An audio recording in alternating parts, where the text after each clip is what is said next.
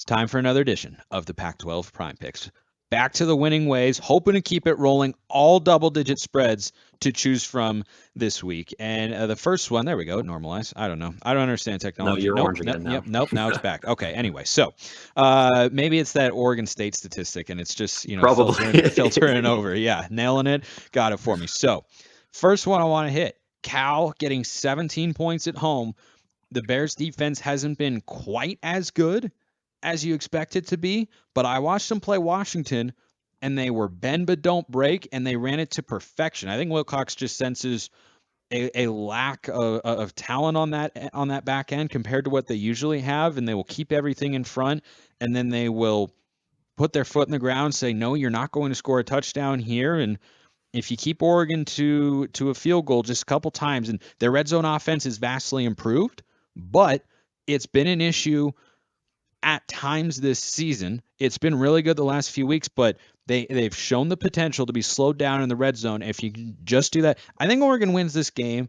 I don't think they're on upset alert, but I could see like a backdoor cover here for Cal, especially if Oregon, gets a 25 or a 20-point lead or so, and then the backups get in. Oregon's defense in those moments has been porous.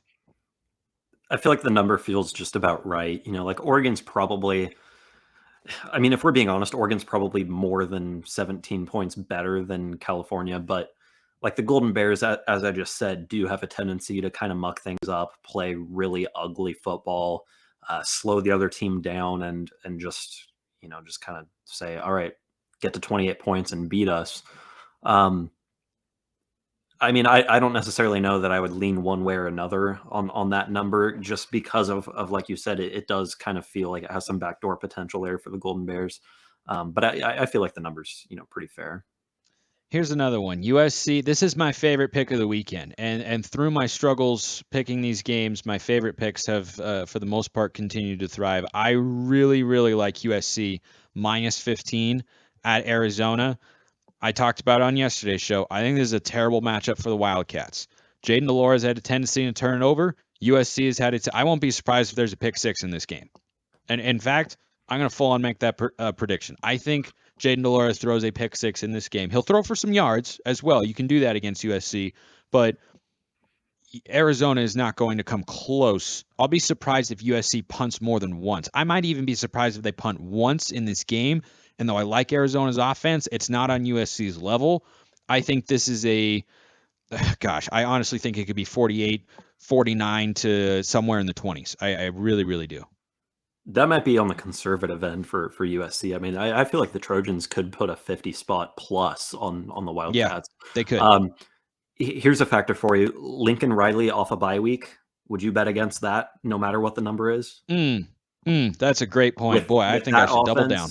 With that offense against Arizona's defense, USC could just roll that thing. All right, last one of the week. I like all the California schools this week, Carter. I'm going UCLA minus 16 at home against Stanford. The Cardinal, you said that they've been a little improved. Maybe they're playing a little bit better, but at the end of the day, you know what? I still don't think this is a great Stanford team. I think Arizona State is just not that good, and Stanford's offense still hasn't played well. It's their defense that has stepped up. But if you're telling me that's what Stanford needs to hang around with the Bruins, I am trusting that UCLA offense over the Stanford defense, especially at home.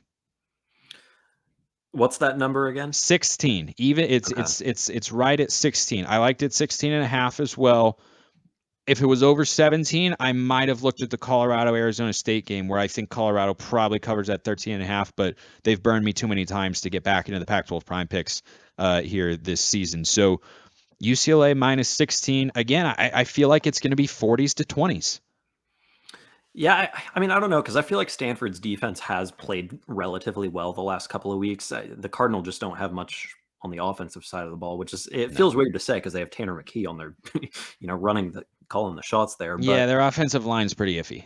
Yeah, it feels like, so UCLA's offense is obviously very good, and it's going up against a solid defense. Stanford's offense isn't very good, and it's going up against a defense that I don't think is very great at UCLA. So it does feel like, Stanford's got some sort of a a little bit of a favorable matchup on that side of the ball, but I don't necessarily think that it's enough for the Cardinal to hang with the Bruins.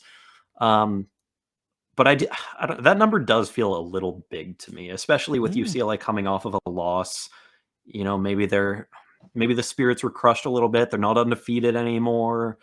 I might lean Stanford on that. I'm not going to lie. All these odds, of course, provided by Bet Online for this week's edition of the Pac-12 Prime Picks. Carter Bahns, appreciate it. As always, my man, senior editor and writer at BeaverBlitz.com. His team off this week, but the Pac-12 in full swing, and what a weekend it could be. It could be a weekend of blowouts, or it could be a weekend of upsets. You never know. That's why we watch, isn't it? That's the Pac-12 for you. Yes, indeed. I appreciate everyone listening. See you next time. Enjoy the football, whichever team you're supporting, and have a wonderful rest of your day.